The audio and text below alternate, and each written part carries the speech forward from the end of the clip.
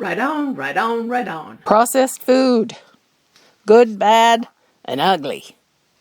Processing changes a food from its natural state. The central issue being degree of process. The spectrum runs from foods in their natural state to minimally processed, then highly processed, and finally ultra-processed. So food can be very harshly processed and totally destroyed, or it can be very mildly processed and retain most of its original properties. Moves nutrients. So whole food has a full spectrum of nutrients. So for example, we would have fat and protein and carbohydrates and fiber and essential fatty acids. And then at the top here is all the rest of the stuff. That's the enzymes and the vitamin complexes and the minerals and the phytonutrients, the micronutrients, and that those hundreds of thousands of things that they keep finding new stuff every day, and they know it's good for us, but they just don't know exactly what it is yet. But whole food has it, and it's very, very sensitive.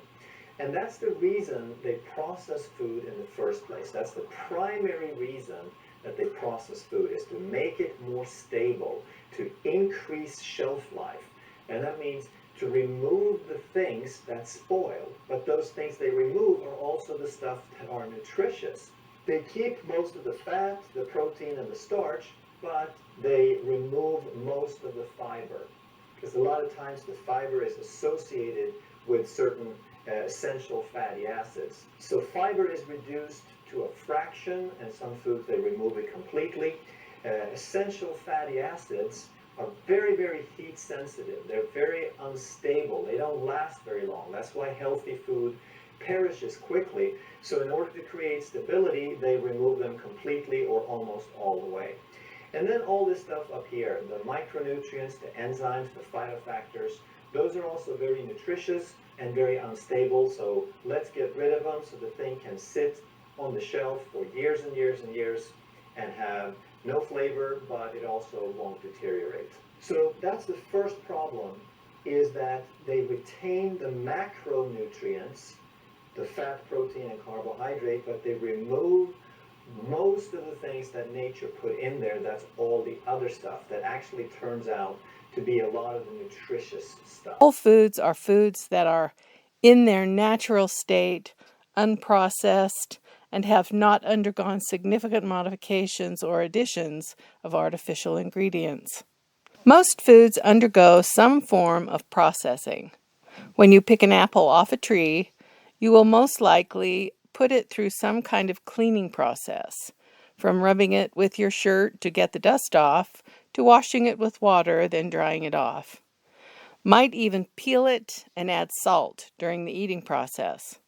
But it's basically an apple in its natural state. Minimally processed foods are whole foods that undergo preparation before eating, from washing to cooking, adding seasonings, etc. The next level of processed foods are those whole foods that are processed and packaged for later use. Whole foods gathered at their peak to lock in nutritional quality and freshness with minimum amounts of additives limited to water, salt, or sugar or pectin. Examples of these are canned tomatoes, tuna, and frozen fruits and vegetables. Processed food examples are fast food burgers. They are highly processed foods made from various ingredients that have undergone extensive cooking, refining, and the addition of preservatives, flavorings, and other additives.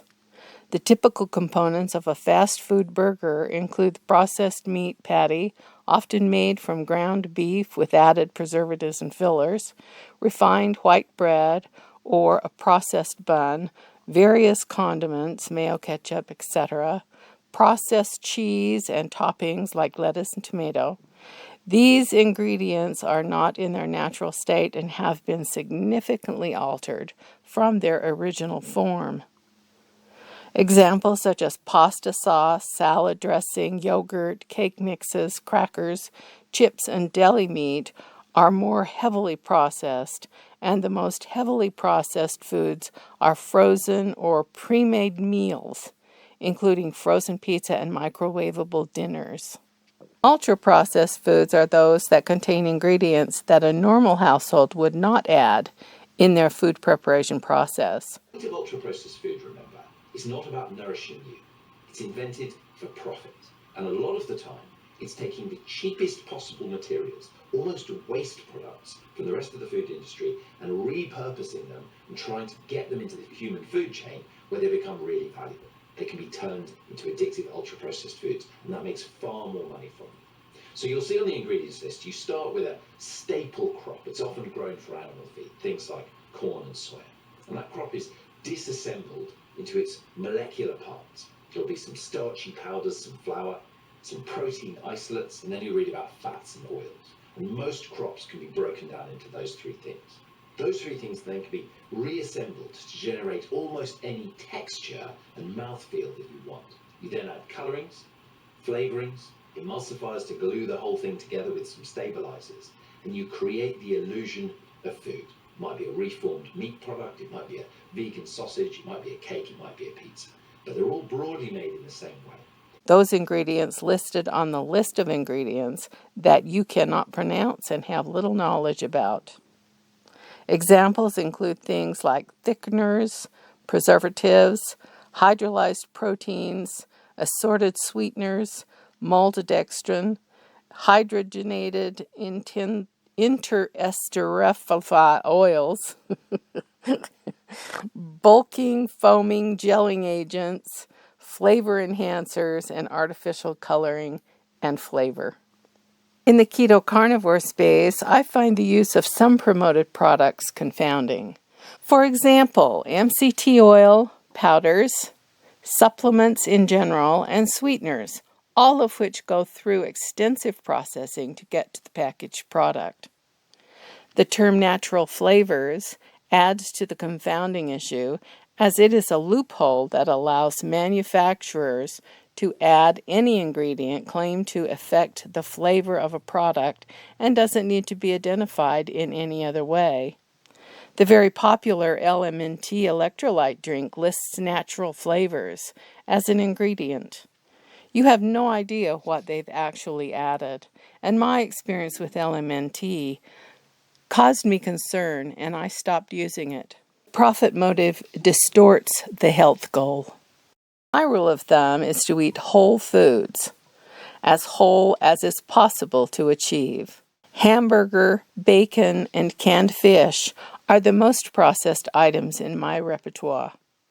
I find it disappointing that keto products, in an effort to mimic foods that I can no longer consume, are so abundant, and that as a carnivore, liver in capsule form is abundantly promoted.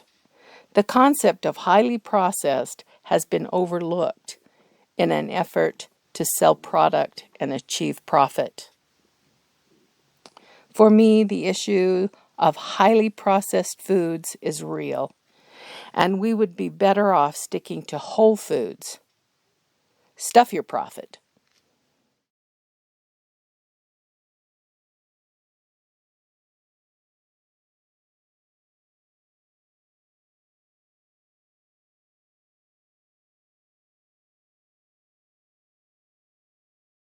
Hey, thanks for watching.